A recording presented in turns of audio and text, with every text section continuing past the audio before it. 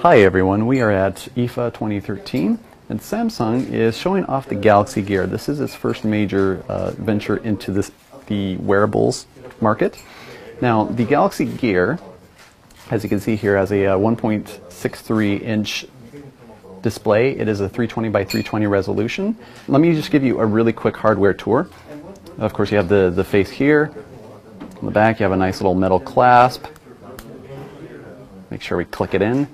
On this side we have the 1.9 megapixel camera with 720p video capture capability. Now this is the one thing that really caught us by surprise when the Galaxy Gear was announced. So essentially what you'll be able to do is you'll be able to take pictures from here and have it beamed to your phone. Let's take a look at the software here. Now, of course, there are a lot of gestures involved. So, for example, you're here in the home screen with the clock widget. There is a manager, by the way, in the app on your phone where you can actually go in and change the clock. You can change applications and all that. But here's the clock that we have just by default.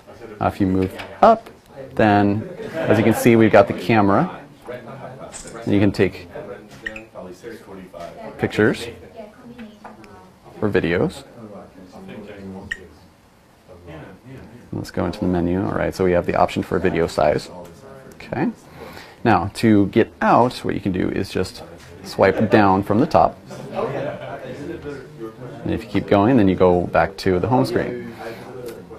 Now, on the side here, I forgot one little aspect of the hardware, and that is the single physical button. Now this is equivalent to your home button. You press it once, it takes you home. If you press it twice, then it activates S-Voice.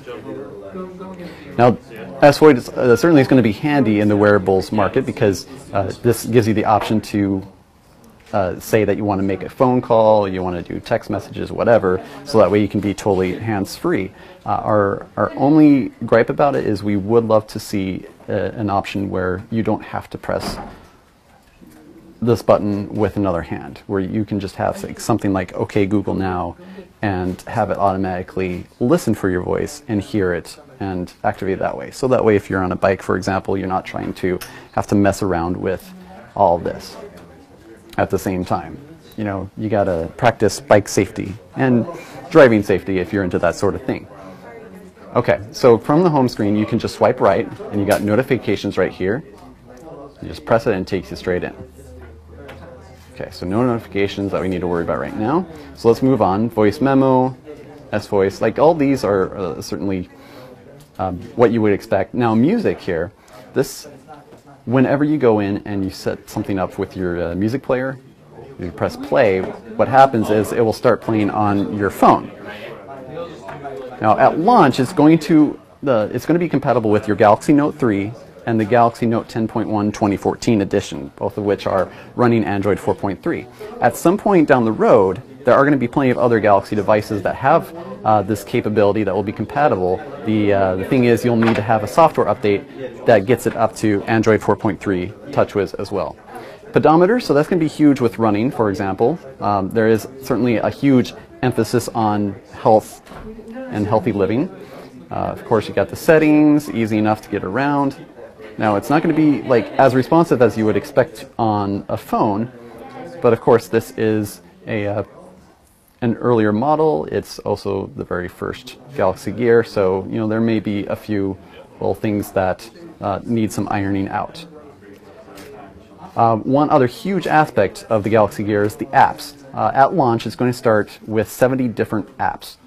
Now, what you see here is not all that you get. You can go into the app manager on the phone and you can add several different apps. Of course, developers will have the opportunity to have their own apps and get them compatible with the Galaxy Gear so you can have more. Like hopefully we would love to see stuff like Twitter and Facebook and all that get this kind of capability where you can just manage it all on your Galaxy Gear. Now you can have up to 10 different apps on the Galaxy Gear. So if you need more than that, you're just going to have to switch them out. Okay, so let's go back.